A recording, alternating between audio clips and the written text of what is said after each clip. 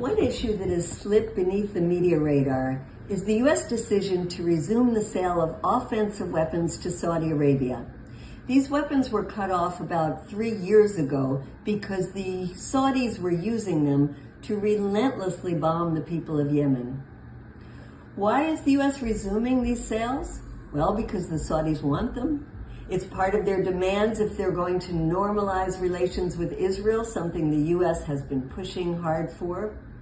I think the U.S. also wants to nix the peace agreement between Saudi Arabia and Iran that was brokered by the Chinese last year. And they want Saudi cooperation in countering any Iranian attacks on Israel. But Saudi Arabia is one of the most repressive countries in the world.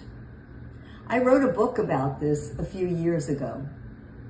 You know why U.S. policymakers never criticize elections in Saudi Arabia like they criticize the elections in neighboring Iran? Because there are no elections in Saudi Arabia. It is one of the last remaining absolute monarchies in the world. Do you know why there are no protests in Saudi Arabia in solidarity with Palestinians?